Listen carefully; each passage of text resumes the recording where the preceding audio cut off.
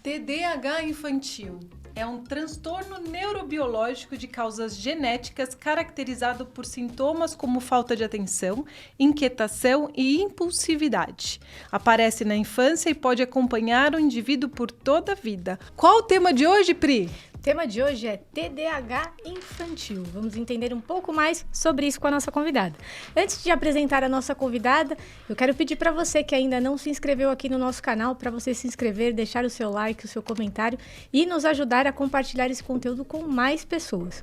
Bom, nossa convidada de hoje, ela é farmacêutica, terapeuta especialista em TDAH infantil. Seja muito bem-vinda ao CompartilhaCast, Alessandra Luizari. Muito obrigada pelo convite, meninas. É um prazer estar aqui, trazer, informação de qualidade para as mães que precisam. Com certeza, muitas mães, até eu estou muito curiosa aqui para poder identificar alguns pontos aí no meu pequeno, para saber se a gente precisa ter algum ponto de atenção, né? Com certeza, vamos lá. Bom, para a gente começar, eu gostaria de entender como que surgiu, quando você decidiu partir para esse caminho, né, saindo da farmácia, para ser uma especialista, terapeuta em TDAH infantil, e como que foi essa transformação na sua vida? Bom, eu entrei para a farmácia porque eu queria ajudar as pessoas, a melhorarem a saúde delas. Mas, ao longo da minha trajetória, que desde muito cedo, desde o primeiro ano de faculdade, já comecei a trabalhar na indústria farmacêutica e estudando, tendo contato também lá na indústria, controle de qualidade de medicamentos, com o setor comercial, eu fui descobrindo, que os medicamentos, eles têm a sua participação, ali nas nossas questões, nas nossas doenças, mas é muito pontual, não vai na causa do problema, pode dar diversos efeitos colaterais, e eu acabei percebendo que esse não era o melhor caminho para ajudar as pessoas a sararem de nada, E eu sempre estudei muito a parte mais natural, homeopatia, fitoterapia, e eu via que ali existia uma razão melhor, para a gente conseguir ajudar as pessoas. E eu estava muito desgostosa, já depois de 6 anos na área da farmácia, resolvi sair, fui para uma outra área, trabalhar com vendas, uma coisa totalmente diferente. Só que lá eu acabei tendo o contato com a parte de desenvolvimento pessoal. E eu falei, poxa, é isso, Então, se eu conseguir ajudar as pessoas a se desenvolverem, eu sou cristã, eu acredito que a gente tem dentro da gente todas as soluções, sempre acreditei isso. Se não está em mim, está na natureza, Deus fez tudo bem coeso. E eu falei, poxa, é isso, Então, eu comecei a estudar, estudei diversos tipos de terapia e foi assim que eu consegui, ajudar mais pessoas, e foi assim que o TDAH acabou cruzando, também o meu caminho, e hoje, chegando aí para a gente ajudar mais as mães dessas crianças. O TDAH, ele entrou na história porque quando eu comecei a atuar como terapeuta, eu comecei a ajudar as pessoas, Eu sempre tinha muita vontade de ajudar crianças. Nesse meio do caminho, meu filho mais velho, ele fez 2 anos e meio e entrou naquela fase da birra. E todas as ferramentas como terapeuta que eu tinha não serviam para nada com ele. Não sabia, não valia. Casa de ferreiro, espeto de pau, que a gente fala, Ele não tinha como aplicar para a realidade da criança, E aí eu falei, poxa, como eu sempre fui de buscar a causa, eu falei, não, vou fazer mais um curso. E aí eu fui me especializar na área infantil, deu super certo, todas as intervenções com o Luca começaram a funcionar muito bem, ele saiu daquelas crises, e eu falei, poxa, é isso, vou ajudar outras crianças. E comecei a ajudar outras crianças, mas eu percebia que se a mãe não tinha orientação, não tinha um resultado efetivo com a criança. E eu falei, não, então eu vou ajudar as mães, que eu sempre, fui na causa do problema. E aí eu fui ajudar as mães. E uma das primeiras mães que eu consegui ajudar foi a minha irmã. Ela participou da minha primeira turma de mentoria e ela teve um resultado fantástico com as crianças. Ela eliminou cerca de 80% dos problemas, que ela tinha. A gente fez toda uma medição ali. E no final da turma, ela resolveu revelar que as crianças, na verdade, têm o TDAH. E daí vinha, grande parte das dificuldades que ela tinha com ele. E ali eu falei, não é possível. Eles já estavam com 13 e 9 anos e eu não sabia que eles tinham TDAH. E eu fiquei, assim, muito frustrada. Até dei mais ou menos um mês de intervalo no meu trabalho até eu processar toda aquela informação. E eu falei, não, eu vou ajudar ela. Eu vou ajudar ela a chegar no 100%. Ela eliminou os problemas, mas a desatenção mesmo, a hiperatividade ainda existiam, né? E eu comecei a estudar. Comecei a estudar para começar a entender o que era esse transtorno, mas todas as informações que eu achava, pelo menos ali naquela época, que não tinha muito o que fazer. A criança tinha que fazer terapia, e eu já sabia que a terapia sozinha no consultório não tinha um efeito, né, muito bom. Tinha que ter a participação dos pais. Os pais têm que ser orientados, né, para que exista uma continuidade do tratamento. A gente até pode aprofundar um pouquinho mais nesse ponto. E eu só consegui achar que tinha que fazer terapia e tomar medicamento. E eu, né, já sabia que os medicamentos também tinham uma ação muito pontual. Eu falei, não aceito que meus sobrinhos vivam dessa forma. Tem que aceitar, né? Viver dessa maneira, viver com os efeitos colaterais. Eles tinham muita dor de cabeça, muita dor de barriga, perdia apetite quando tomava medicação. E aí eu comecei a pesquisar. Foram mais de 2.000 horas de pesquisas. Até que eu encontrei algumas pesquisas e algumas pessoas que já faziam uso de um tratamento natural, né? Que usavam da alimentação para resolver os sintomas. E aí foi que a gente conseguiu começar a ajudar essas mães, de fato, a eliminar os sintomas 100%. Né? E hoje, sem a medicação. E sem a medicação. Hoje já mais de 1.000 mães passaram pela comunidade. Muitas delas, as crianças já entraram ali tomando 2, 3, 5 medicações psicotrópicas. A grande maioria delas consegue retirar. E as que nunca, né, fizeram uso, conseguem tratar também o TDAH sem o uso desses medicamentos, a ponto de, por alguma outra razão, a criança volta no médico e o médico fala, não tem TDAH. A gente sabe que tem, mas os sintomas estão controlados. E como que a gente trata sem medicamento? Porque quando a criança ela é diagnosticada para que comece um tratamento, e o tratamento vem por consequência, não só a terapia, mas com a medicação, porque os pequenos têm uma hiperatividade, como você disse, tem muita falta de atenção. E como que você trata isso sem a medicação? Então, primeiro, eu posso voltar uma pergunta sua que ficou embutida aí? Sim, lógico. Porque a gente ainda não se conhece muito sobre o novo protocolo para diagnóstico e tratamento do TDAH aqui no Brasil. O Ministério da Saúde aprovou, no final de 2022, esse protocolo, e ele não preconiza a medicação. Mas os médicos ainda continuam prescrevendo medicamento e terapia, né? Então, assim, eu preciso ter acesso a esse protocolo, né? Se quem está assistindo é médico, é terapeuta, é importantíssimo que os profissionais tenham acesso a esse protocolo. Ele está disponível, né, para qualquer um ler e entender como se faz um diagnóstico correto. Porque muitas vezes a criança chega no consultório e o diagnóstico ele é clínico, né? Então, eu vou avaliar os sintomas. Eu percebi que essa criança está muito desatenta ou muito agitada, é TDAH, dou medicação, manda para terapia. Não é assim que deveria funcionar. E o próprio protocolo, eu já falo isso há anos, mas esse protocolo veio para validar, né, tudo aquilo que eu vinha falando. E a gente precisa entender que eu preciso ir nas causas. Por que essa criança está desatenta? Por que ela está hiperativa? Será que aconteceu alguma coisa pontual na família? Será que não é uma ansiedade? Será que ela não tem baixa de algum nutriente, como a gente estava falando, né? A vitamina D, por exemplo, que deixa a gente, né, desatento, deixa a gente desmotivado, e a gente sabe que a criança com TDAH ela tem aquela preguiça na hora de estudar, né? Ela só quer dormir, ela só quer jogar. Será que não tem uma falta, né, uma deficiência nutricional aí por trás? É importante que o profissional faça essa investigação. Investigue outras comorbidades presentes também que podem influenciar no comportamento dessa criança. Uma vez que eu entendi o que realmente acontece com essa criança, aí eu vou propor um tratamento.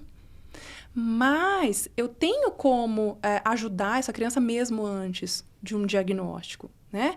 De uma forma natural, coisas que beneficiariam qualquer criança, né? Vamos ter uma alimentação mais saudável, vamos fazer atividade física, vamos diminuir as telas, que o excesso de telas também gera toda essa falta de concentração. Sim. Então, existem algumas ansiedade formas... muito forte, né? Muito forte, né? A gente até falou dessa questão da pandemia, que aumentaram, né, os casos de TDAH, mas Será que aumentou mesmo? De TDAH? Será que aumentou a ansiedade? Bacana que você comentou desse protocolo, né? Vamos deixar aqui na descrição do vídeo para as pessoas que quiserem também aprofundar e entender um pouquinho mais sobre esse protocolo. Aproveitando, Alessandra, as pessoas, elas nascem com TDAH? Como que isso funciona? Elas nascem? Como elas são diagnosticadas? E existe algum momento da vida específico? Ou como que é feito esse processo? Dá aquele clique, assim, de repente... Tem o TDAH. Como perceber? Como perceber? Tá.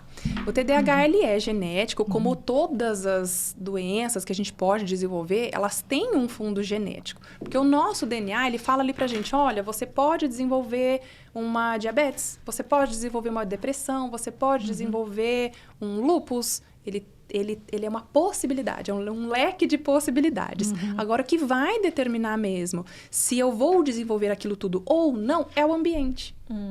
O ambiente, ele molda o que a gente chama de epigenética. Né? A epigenética, ela tem a sua participação ali no DNA, ela é a expressão visível, né, do DNA. E é esse ambiente que molda essa epigenética, e é ele que vai fazer aparecer os sintomas ou não. Então, às vezes, a criança ela tem a predisposição para o TDAH, mas se ela crescer num lar cheio de amor, onde não tem brigas, onde tem muita conversa, onde é um ambiente emocionalmente saudável e é uma alimentação também saudável, né, o mais natural possível, talvez ela nunca saiba que ela tem TDAH. Né? Porque ela isso teria não vai afetar. Predisposição para desenvolver o TDAH. Para desenvolver os sintomas. Talvez ela nunca tenha nenhum sintoma. Ou tenha algo muito leve, né? Se tudo não for feito à risca ali. Agora, quando que as mães começam a perceber é na fase escolar. Na fase, principalmente, de alfabetização. Onde a criança ela começa a apresentar dificuldades maiores. Ela não consegue se alfabetizar. Ela não consegue aprender as matérias que ela precisa. Por quê? Porque ela não consegue se concentrar para aprender. Então, ela tá lá na sala de aula e o professor tá explicando. Aí, ela olhou a sobrancelha da professora, ela achou muito interessante. E ela ficou pensando como que ela ia pintar a dela na casa dela. E daí, ela já lembrou do pincel da mãe. E ela vai levando para outras situações. Então, ela tá ali, mas não tá concentrada. A hora que ela volta, ela perdeu a explicação. Como que ela vai aprender, né? Então, por isso que é uma criança que ela tem mais dificuldade no aprendizado, não porque ela tem um QI abaixo da média, que ela não é capaz de aprender. Porque se você consegue fazer essa criança se concentrar, ela aprende muito mais rápido ainda do que as demais. E olha que interessante você falando isso, Alessandra, porque eu vi eu não sei se era um comercial, se era um vídeo na internet, mas que os pais, eles estavam sentados e faziam perguntas para os pais para saber se eles conheciam mesmo os seus filhos. E eles perguntavam assim, se eu perguntar para o seu filho, qual é a pessoa que ele gostaria de sentar com ele para jantar? E os pais, então, começavam a falar, quero o Mickey Mouse, eu quero, sei lá, o Homem-Aranha. E começavam a trazer, assim, personagens e artistas, Justin Bieber, o Neymar, todos eles, né? E daí, depois, traziam as crianças para falar, com que você gostaria de sentar no jantar? Olha, eu me arrepio inteira, eu não sei se vocês conseguem ver, mas porque foi muito profundo. E todas as crianças, assim, sem tirar nem pôr, eles disseram, com os meus pais. Então, quando você me fala tudo isso, a importância do conhecimento dessa família, dessa união, de entender, porque hoje a gente vive numa sociedade onde é muita entrega, querem ganhar muito dinheiro, mas todo mundo quer ter uma família, mas não conseguem ter uma família. E daí, então, acontece a situação onde diagnostica não só as crianças, mas vários adultos e começam a perceber que o grande problema não é de agora, é de coisas que estão muito atrás. Então, se a gente conseguir trazer que os pais, eles consigam ter um olhar, mas não só para a criança, mas para eles, a gente consegue ter uma grande transformação. É isso que eu consigo entender. Com certeza. Você tocou num ponto, assim, fundamental. Por quê? É como eu falei, né? Lá no consultório, eu conseguia ajudar as crianças. Só que imagina a seguinte situação, né? Quem é mãe em casa vai entender o que eu tô falando. E vocês são mães também, né? Então, você Só a Pri. Você vai entender o que eu tô Sim. falando. Imagina que você levou o seu filho para aprender a ter empatia, porque por alguma razão ele não consegue ser empático com outras crianças.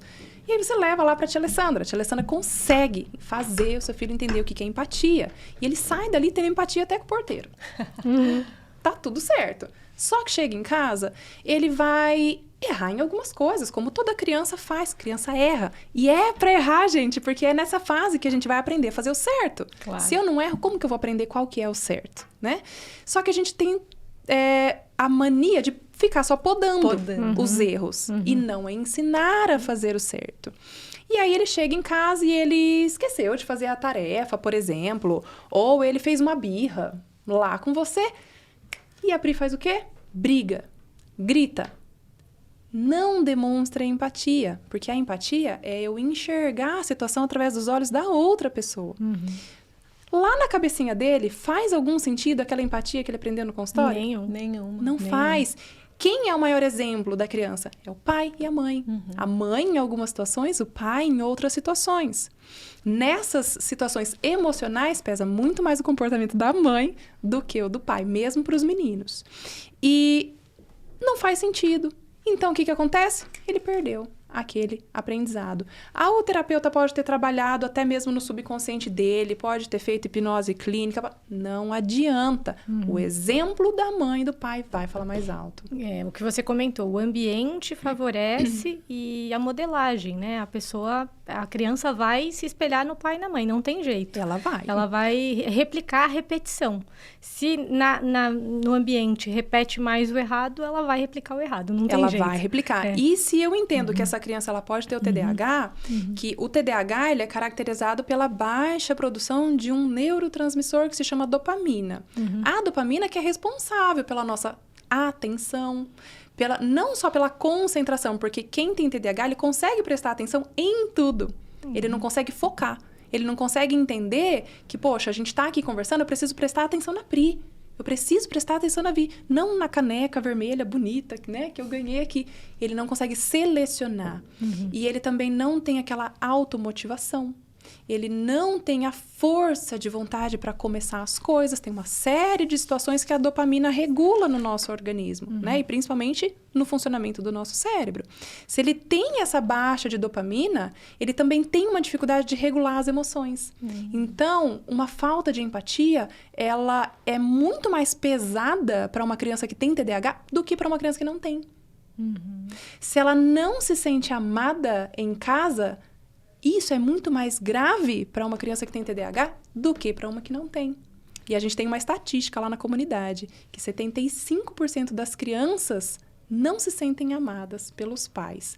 E eu tô falando de uma estatística de dentro da comunidade, de mães que entraram lá, que perceberam que as crianças não se sentiam amadas, e de mães, tô falando de um grupo bem seleto, né? De mães que estão ali já buscando ajuda para um problema e buscando, né, uma solução natural, como eu proponho. Então, eu imagino que fora da comunidade pode ser até maior, né? Maior, Essa com estatística. certeza. E daí na sua comunidade é mais com mãe ou pais também participam? Pais também participam. O ideal é que os dois participem, né? Sim. Mas a gente sabe que as mães, elas têm mais essa sensibilidade emocional, então são elas que acabam procurando mais ajuda. E por isso, então, a gente diz que o TDAH, ele parece que aumentou na pandemia, mas não foi por conta de todos os casos que todas as pessoas viveram, daí isso exacerbou e fez com que todo mundo começasse a sentir que tinha alguma coisa diferente, é isso? Sim, eu entendo a pandemia, ela explodiu, né, os casos de ansiedade, porque a gente ficou muito enclausurado, quem não estava acostumado ou não gosta, né? E também aumentou o convívio, né, de pai e filho, não tinha mais a escola para intermediar, não tinha mais os esportes, não tinha mais a babá, não tinha. Era, né, a família ali, a gente ia ter que se virar. E isso gerou um estresse muito grande, né? Então, aumentou, sim, os casos de TDAH, mas aumentou também outras questões que trazem a desatenção e a hiperatividade, como a própria ansiedade. Sim, sim. Né? Um desafio que eu vivi na pele na pandemia foi meu filho com as aulas virtuais, que o desafio era tanto para eles, que estavam aprendendo e sendo alfabetizados ali naquele momento. Meu filho estava com 6 para 7 anos e passou por situações assim, que a professora teve momentos que ela teve que falar comigo, porque ele estava no universo dele, dentro do quarto dele, interagindo com outras crianças através da tela. E aí, vez ou outra, ele pegava lá uma máscara de dinossauro, aparecia na frente da tela, tirava a atenção de todas as outras crianças. Que é natural, né? Porque ele tá no mundo dele. É difícil você também, né, fazer a criança entender que, poxa, eu preciso me concentrar agora no aprendizado, né? Sendo que ele tá ali no mundinho dele, no quarto dele, com os brinquedos em volta e tudo. Sim, é outro ambiente, é outro né? ambiente. É outro ambiente. Inclusive, a pandemia trouxe também o excesso das telas. Nossa. Sim, que a gente sabe que as telas, elas oferecem pra gente um estímulo muito grande. E aí o cérebro dessa criança fica super estimulado, ele acaba não conseguindo trabalhar com menos estímulo do que aquilo. Sim, sim. É algo bem parecido com o que o medicamento faz também no cérebro. E você falando de medicamento, Alessandra, como tratar o TDAH sem medicamentos? Certo. A gente vai... O primeiro passo é a gente trabalhar no comportamento. Então, se eu entender que esse ambiente influencia nos sintomas, e eu entender que se eu diminuir todo esse estresse da criança, eu vou reduzir os sintomas, eu começo a trabalhar nesse comportamento. Para modular o emocional da criança. Por isso que a terapia ela é importante, mas ela não pode acontecer isoladamente lá no consultório. Ela precisa da participação dos pais. Os pais precisam saber também produzir esse emocional saudável na criança em casa, em cada atitude dela. Aumentar a conexão, estabelecer autoridade, limites com amor, né? Não com autoritarismo, não com rigidez. Em alguns momentos precisa existir uma certa rigidez, mas o amor precisa estar acima de tudo, né? E eu também preciso ajudar pontualmente essa criança na hora dos estudos, na hora, né? Ela precisa ter autonomia. Se eu fizer essa parte comportamental e aliar a uma alimentação que seja anti-inflamatória, porque eu preciso entender que tudo que inflama o corpo do TDAH aumenta os sintomas. A grande maioria dos casos tem origem autoimune. E aí a autoimunidade, ela nasce de uma inflamação. Então, e é por isso até que quem tem TDAH tem outras doenças autoimunes normalmente associadas também, né? Não é à toa. Então, poxa, o que é uma dieta anti-inflamatória? Eu preciso entender tudo que inflama o corpo daquela criança. Mas tem alguns alimentos que inflamam o corpo de qualquer um. Sim. Então, assim... Nem que eu não souber fazer, né? A gente tem um protocolo alimentar dentro da comunidade, que foi desenvolvido por uma geneticista, naturopata, que tem TDAH, autismo, sem nenhum sintoma. Porque ela se tratou, foi a primeira a se tratar com esse protocolo. E, se eu entender isso, eu já consigo ajudar essa criança. Já consigo melhorar a qualidade de vida dela. Já consigo suprir, né, nutrientes para aumentar a dopamina, e eu consigo retirar os inflamatórios como o glúten, açúcar, o leite e os Farinha derivados. branca.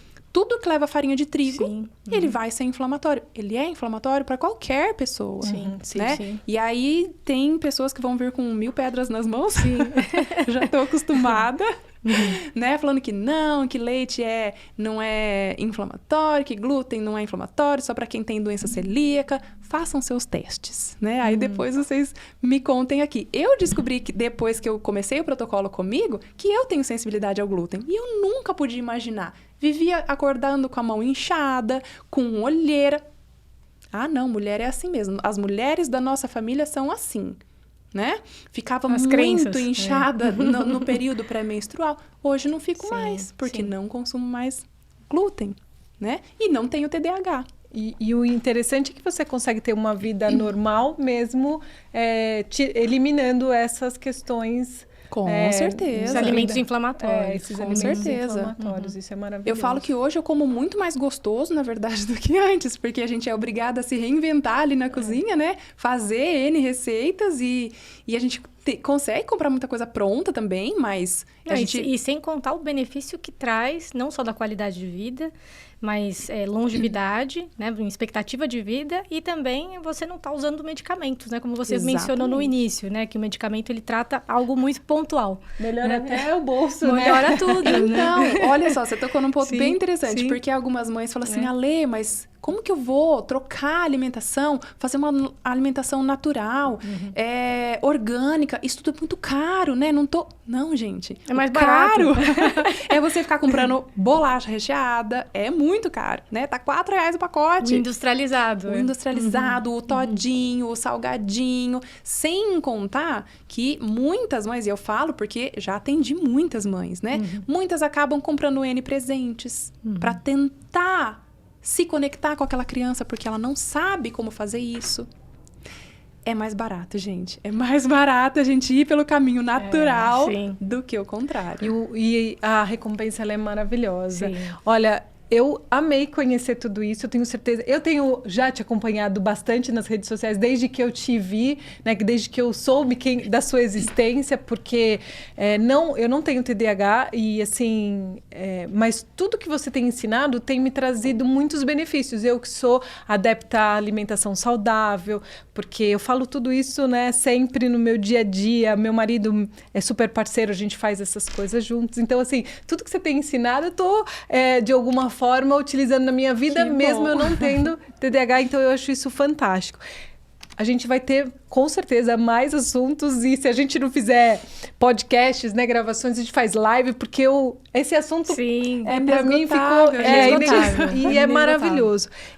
E já que a gente está encerrando, né, porque o nosso podcast ele tem um tempo, eu quero te pedir que compartilhe com as pessoas algo de tudo que a gente falou, que faça sentido e que toque no coração dessas pessoas, e que para que elas comecem a pensar, a fazer uma transformação na vida delas, não só para as pessoas que têm exatamente TDAH, mas para que elas possam pensar na vida delas e principalmente na família delas.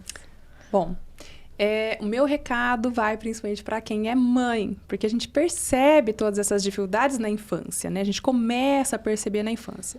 Então, o meu recado é que se você tem uma criança que é desatenta, que é muito distraída, esquecida, perde tudo ou muito agitada e você acha que ela pode ter o TDAH, eu sei que o caminho para a gente buscar o diagnóstico é árduo. E é muito difícil encontrar um médico que faça o diagnóstico da forma correta. O meu recado é para que você não espere. Não espere um diagnóstico para você começar a ajudar seu filho, né? Então, você tem ferramentas para já começar a ajudar ele desde agora. Faz uma alimentação mais natural possível. Tira as porcariadas, tira os industrializados. Invista tempo de qualidade com a sua criança. Porque quando eu invisto tempo de qualidade, por mais que eu não tenha as técnicas, não saiba estabelecer elo de conexão, liderança, nada disso, você vai conseguir começar a conhecer melhor seu filho e saber quais são as demandas emocionais dele. Só da gente fazer isso, a gente já melhora o emocional da criança. Mas, claro, se você tem condições e se você se preocupa com o seu filho, busque ajuda, né? E eu tô desse lado de cá também. Toda a nossa comunidade, que chama Comunidade TDAH Não é Bicho-Papão, estamos aqui para ajudar as mães, os pais, os professores, outros profissionais, nós temos lá dentro também, para ajudar essas crianças. Afinal de contas, elas são o futuro da nossa nação. Sim, né? Com certeza, com certeza. E para finalizar, antes da gente encerrar, Alessandra, deixa os seus contatos para o pessoal poder se conectar com você. Inclusive chegar na comunidade, chegar né? na comunidade também. Vocês conseguem colocar aqui embaixo? Sim. Bom, todas as redes sociais é Alessandra Luizari. Então, Instagram, YouTube, Facebook, em breve estaremos no TikTok também. E a comunidade é comunidadetdah.com.br. Super facinho de você encontrar. Lá tá descrito direitinho tudo que você tem acesso. E aí você consegue fazer a inscriçãozinha lá nessa página. Muito obrigada. Nossa, muito obrigada mesmo. Eu que obrigada a agradeço. você que esteve conosco e que aprendeu um pouquinho mais e viu que não é um bicho-papão cuidar da sua família e principalmente de você. Porque quando você cuida de você, você consegue cuidar da sua família. Corre lá, se inscreve no nosso canal, porque tem todos os tipos de assunto aqui, inclusive esse que a gente acabou de falar, e compartilha com todas as pessoas que vão gostar de receber esse assunto. E muito obrigada por estar conosco. Muito obrigada, Alessandra. E até o próximo episódio. Tchau, tchau.